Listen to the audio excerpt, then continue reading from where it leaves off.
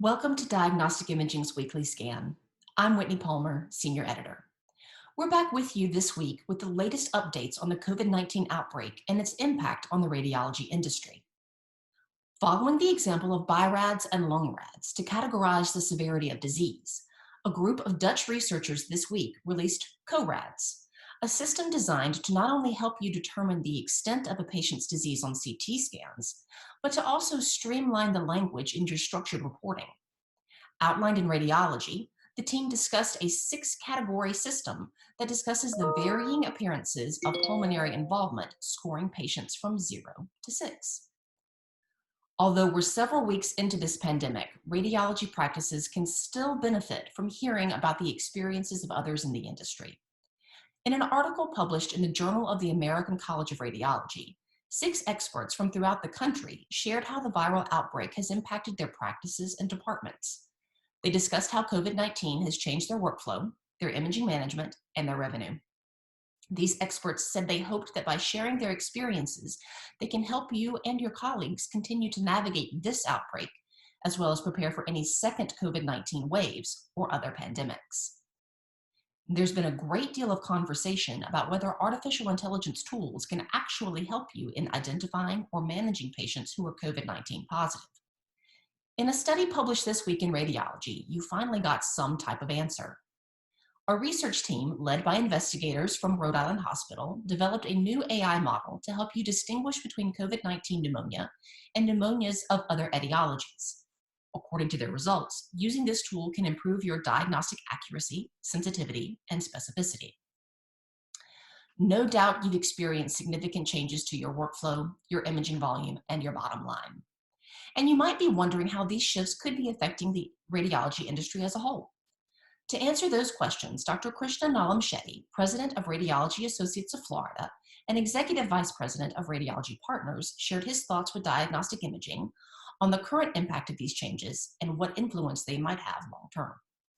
And finally, news has continued to emerge this week on the incidence of stroke and other neurological and vascular complications in patients who are COVID-19 positive. Scanning these patients with MRI can be tricky because many are too sick to move, and doing so presents additional safety challenges. To address this problem, a handful of institutions have begun using Hyperfine, a portable bedside MRI system, to scan patients and identify significant problems. Northwell Health is one of these facilities, and Diagnostic Imaging had the opportunity to talk with Dr. Michael Shoulder, co-director of radiosurgery and stereotactic radiation, and director of neurosurgery, about his facility's experience with this tool and the impact that it's making. Here's what he had to say. Thank you so much for being with us today, Dr. Shoulder.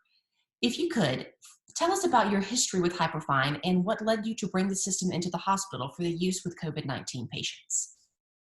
So my history with Hyperfine goes back 2.5 years because I've been working with intraoperative MRI for 20 years, and they approached me with the idea that their unique magnet design could be adapted for intraoperative use.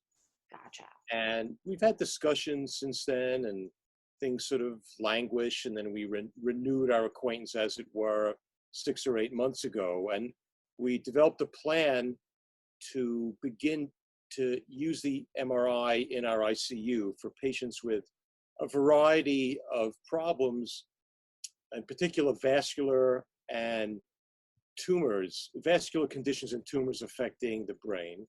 And we had a whole research protocol worked out, and we figured we'd start this in June. And then this happened.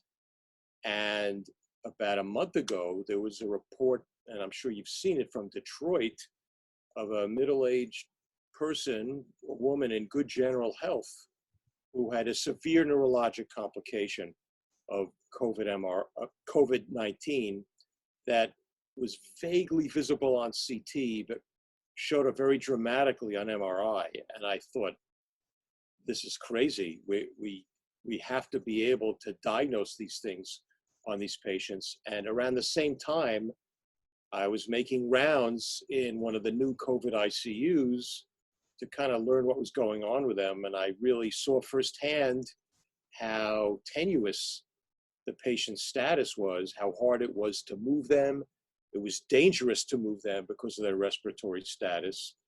And way down on the list of concerns, but a real concern is the risk to other people in the hospital and people in radiology and MRI, bringing somebody who might be shedding large amounts of coronavirus into that environment. So I thought, why can't we bring hyperfine MRI into the ICU? It's perfect for this. So the system and hospital administration, along with our research institute, really went into overdrive to make this happen, because to bring in a new device that 2 weeks ago was not FDA approved, that's actually changed as of today, but to bring that in to actual clinical use is normally something that would take months and potentially many months, and we did it here in 2 weeks. So it was really a lot of work on the part of the research coordinators, staff, administration, and so on. So we started imaging patients in the ICUs last week, and we're also being realistic about it. We cannot scan every single patient every day, even though that would be in some sense ideal. It just, to get meaningful images, it takes too long, and it's just not practical. We also have many ICUs with COVID-19 patients. So we've scanned in 6 different ICUs here, and that's one of the truly unique benefits of a portable MRI. And a lot of my colleagues can't quite wrap their brains around that. Portable meaning what? Like it moves? I mean, I've been working with a mobile MRI for 20 years, but it's confined to one room in the OR. This is truly portable. I mean, you could take it for a spin down the street if you wanted. You can image somebody right there on the street if you so desired, but of course that, I'm just being a little facetious now. But the fact is, we could take the imager to any place we want in the hospital and do the scans. So we've been imaging patients in whom there's been a request for the image by the critical care team. Either they had altered mental status before they were intubated and we need to see what's going on in their brain, or there was an attempt to take them off the sedation, but they didn't wake up even though all their other physiological parameters seemed to be okay, or they were awakened enough during sedation to examine them and it looked like they had a new neurological problem. And that needed to be examined with the MRI. So those are the main groups of patients that we have imaged. And another similar category, someone who had an abnormal CT, but we want to get the MRI to get more information. So we've had several patients in whom the MRI confirmed what the CT showed, but didn't necessarily add anything beyond that. We've had patients whom the MRI looked normal, and that means that there's something metabolic going on that's suppressing their mental status, or there is something that cannot be imaged, whether it's with a portable MRI, or I don't think it would be very different if we took them to a diagnostic MRI with 1.5 or 3 Tesla. But we have a significant percent of patients, a quarter or a third of the patients in whom the CT didn't show very much, or they could not get a CT, in whom the MRI shows what looks like a stroke, areas of inflammation, what might be a cytokine storm causing a necrotizing encephalopathy. And these have led to spinal taps and various changes in treatment. All right.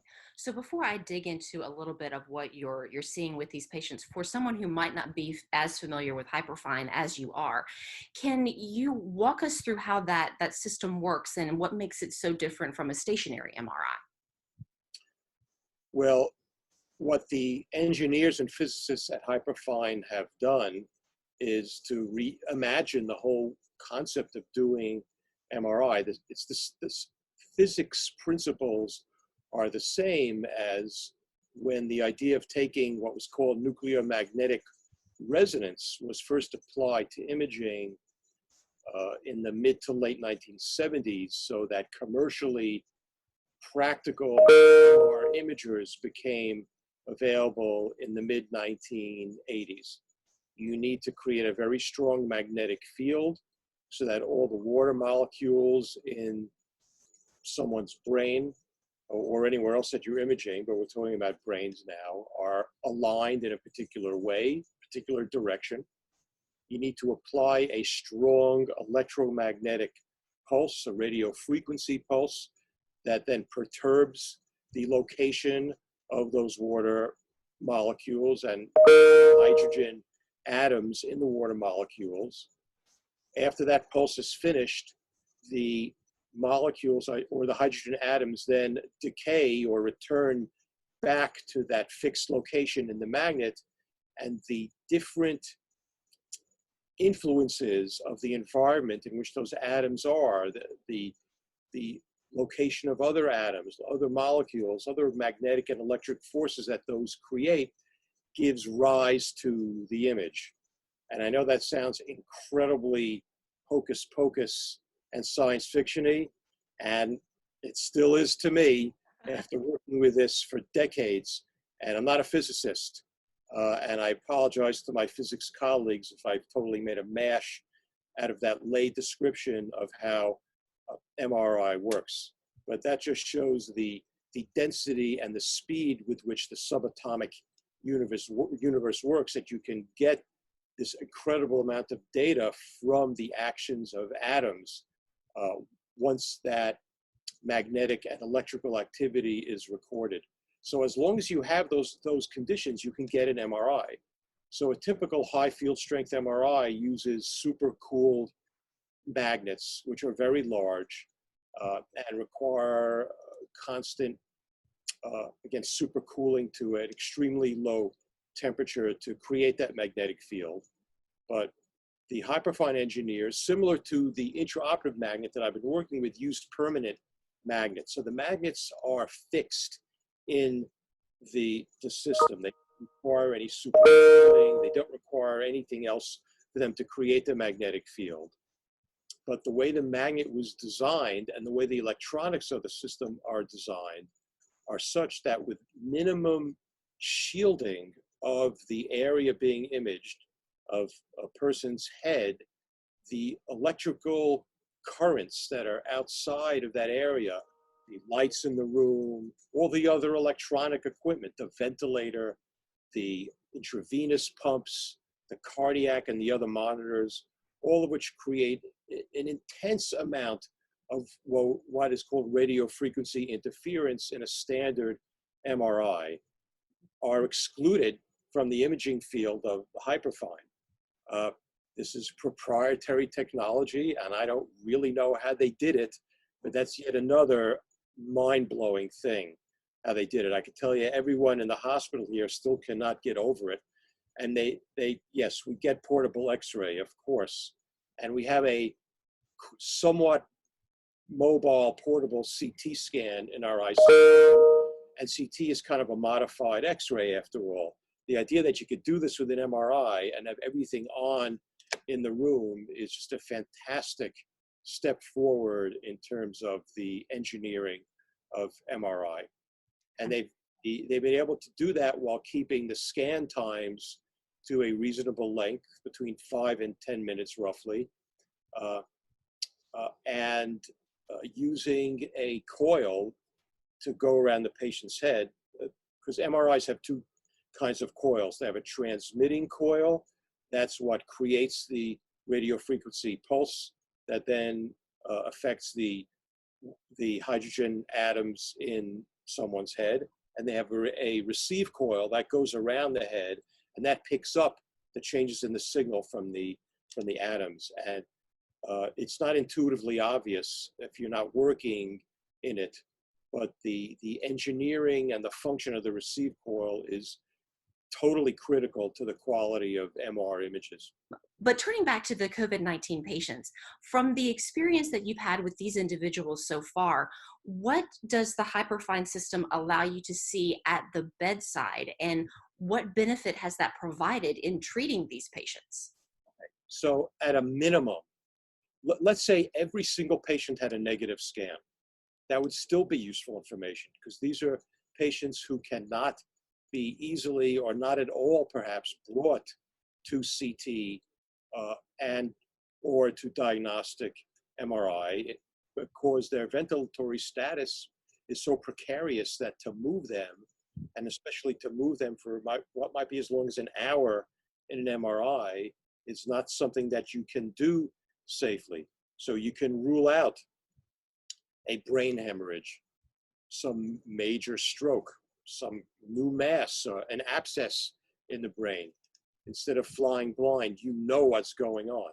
Does it give the detail of, let's say, a 3 Tesla diagnostic MRI? No, but certainly anything of that kind of concern, absolutely, it gives more than enough detail to clarify. Now, the patients with the positive findings, we have seen patients who have had strokes, unfortunately, and either they had their anticoagulation stopped because it was deemed that they didn't need it anymore, or more often, they had a hemorrhage somewhere else in their body, and the decision was made that the anticoagulation cannot be safely continued. We've also found evidence of systemic inflammation in several patients, which has affected their treatment in terms of beginning or continuing steroids or other anti-inflammatory medications. All right. So then as timing, I guess, when it comes to treatment, has having this bedside MRI allowed you to be more expedient in providing the care that is needed for these patients? Yes, because there'd be no way to know what was going on. These are people who are in a complete coma, a medically induced coma on purpose, because otherwise their lungs would not be able to keep up with their oxygen demands. So there's no way to examine them neurologically. And many of the patients, it's not even safe to stop the sedation for the 15 minutes or half hour that you might need to get a neurological examination. So neurologically, you're flying blind. And now that we know that a significant number of the patients with COVID-19 can get neurological complications, it's critical to know what's happening. Would it be ideal to image everybody from day one? Absolutely. But for that, we would need a whole lot more hyperfine MRIs and people to operate them. I mean, the latter would not be a problem, but you could see that happening. I don't think it'll be an issue for this COVID crisis, and I don't think that any recurrence in the fall or such that people are talking about will be anything like this that will warrant that. But being able to do on-demand, point-of-care, bedside MRI is something that will be of value to many patients in the future. And every place in the so-called developed world, but even in the developing world, is going to be doing this. There's no question about it. All right. Well, in addition to the concerns about patients during this COVID-19 outbreak, we've heard a lot about the safety needed for the staff and for the providers as well. Does having the bedside MRI offer any benefit there? Because, like you said, initially, there's a concern about being able to move a patient for that long, and there's difficulty there. Well, for the people who are actually performing the bedside MRI, arguably they are putting themselves at risk that they wouldn't have otherwise. But we're all in this, and I've done it myself. And, if you're caring for patients and you signed up for this when you entered medical school, it's what you do. So that's not an issue. Having said that, by not transferring patients to radiology, everyone that they pass in the hallway, everyone in the elevator at the time or at another time is not being exposed to their viral load. The radiology technologists are not. There's no issue with wiping down the diagnostic MRI and perhaps not doing that completely, having to disconnect the ventilator and transport them and keep them ventilated by using a bag to ventilate them, and potential risks of spreading virus that way is avoided. I think that's a real concern. All right. Well, then kind of taking a step back and looking at this from the 50,000-foot level, how would you describe, I guess, the overall impact that you have seen? And I know it hasn't been very long, but the overall impact that you have seen from having Hyperfine available, both from the treatment standpoint and, Any other, avenues you can think of? Yeah, I was going to point out that we're only in about day 6 uh, of doing this. So Uh, very new. it is new, and we really have to. Every day we do review what we've done, and every few days we try to look at the cumulative results of what we've done to see what we have learned, and we could spread that knowledge around. And we're very much still in the learning stage here, obviously. But I don't want to make too big an issue of it, but morale-wise, I think for the various critical care teams, the knowledge that we have this available has had a favorable impact. The idea that they're not just going to, work their butts off for 3 weeks to bring somebody through this incredibly difficult respiratory and renal and other physiologic time, only to find out that they've had a devastating neurological problem that perhaps could have been found out about much earlier in their course. Now they know that they can. So instead of saying, oh, and what do we do, and agonizing, do we try to go to the MRI, but it's dangerous, and we have to know, now they say, hey guys, we need a portable MRI, and we are there. And when I say we, I must, tip my figurative hat to the neurosurgery residents who I work with, who've done an incredible job at not only learning the basics of how the hyperfine MRI works, but refining many of the methods of getting the patients into the scanner, and even as of today, doing something novel to try to improve the images. But there's no point in talking about it. I'll have to see if it actually worked. But they are working really hard to do this, and the neurocritical care fellows as well in tandem with them, and they really deserve a lot of praise for that. But it's had that kind of positive psychological effect on the caregivers, and I think that's important as well. But this is not just about holding hands and singing kumbaya. We're doing this to improve the care and the neurological outcome of patients. Wonderful. And again, I know it's only been 6 days, but in this learning period that you have there been any challenges to using it that have kind of cropped up? Oh yeah, sure. Uh, Patients who are above a certain body size, it could be a challenge to make sure that they are placed adequately inside the MRI or the head coil that I alluded to earlier, to make sure that the images are adequate. So the residents actually came up with a method to greatly improve that, and I think we've sort of put that problem behind us. The other thing we are examining is the extent to which all of the electrical noise is in fact excluded. There's no question that grossly it's excluded, but we want to see if by eliminating it further, by taking a few simple measures, we can increase the detail on the resolution of the images a lot more. And we'll know that by the end of this week. And we'll also have a better idea to take that 50,000-foot perspective as to the exact clinical impact that the imaging has had. How many patients have had a problem diagnosed that was undiagnosable before, either by CT or by neurological examination? And how many of them did it result in a management change?